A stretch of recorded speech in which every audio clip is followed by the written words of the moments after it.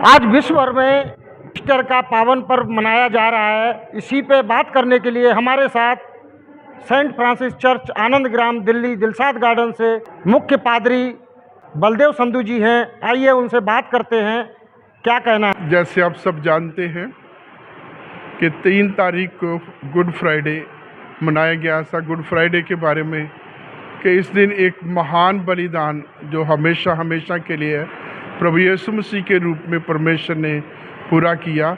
मानव जाति को पाप से, अंधकार से, पाप की शक्तियों से, शैतानी ताकतों से मुक्त किया था। आज तीसरे दिन जो परमेश्वर की अपनी विधि का विधान था, अपना उसका जो प्री प्लानिंग थी, उसके मुताबिक आज ईस्टर का पर्व है। और इस दिन प्रभु यीशु मसीह ने मुर्दों में से जिंदा हुए थे। उसने कब्र पर, पाप पर और शैतान की ताकतों पर, मृत्यु पर जो है विजय पाई थी। इसको हम ऐसे कहते हैं, प्रभु यीशु मसीह ने मृत्यु के द्वारा मृत्यु कर दी और हमें हमारे लिए स्वर्ग का द्वार खोला।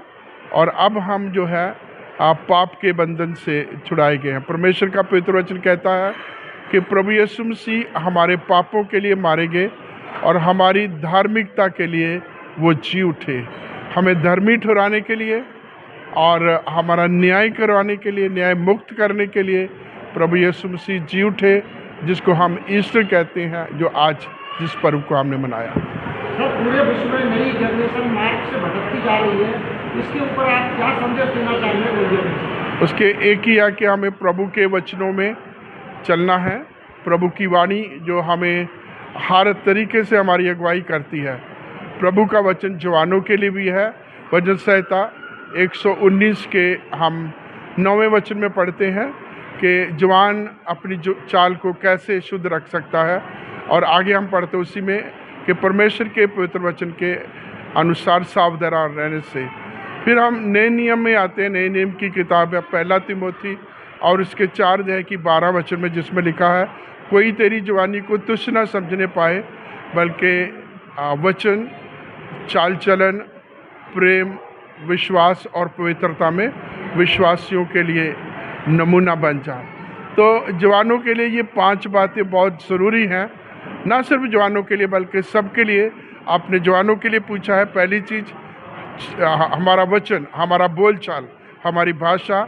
दूसरा हमारा व्यवहार, हमारा कंडक्ट किस तरीके से रहता है, हमारा चाल चलन कैसा है। तीसरा प्रेम।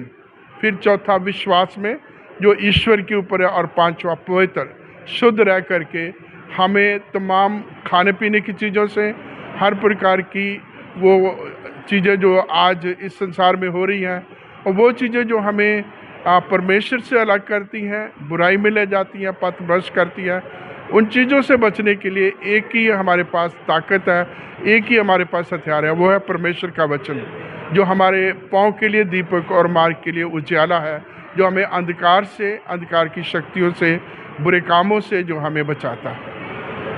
ईस्टर के महान और पावन पर्व की आप सबको बहुत बहुत शुभकामनाएं, बहुत बहुत बधाई। प्रभु आप सबकी ज़िंदगी में बहुतायत से आशीष दे।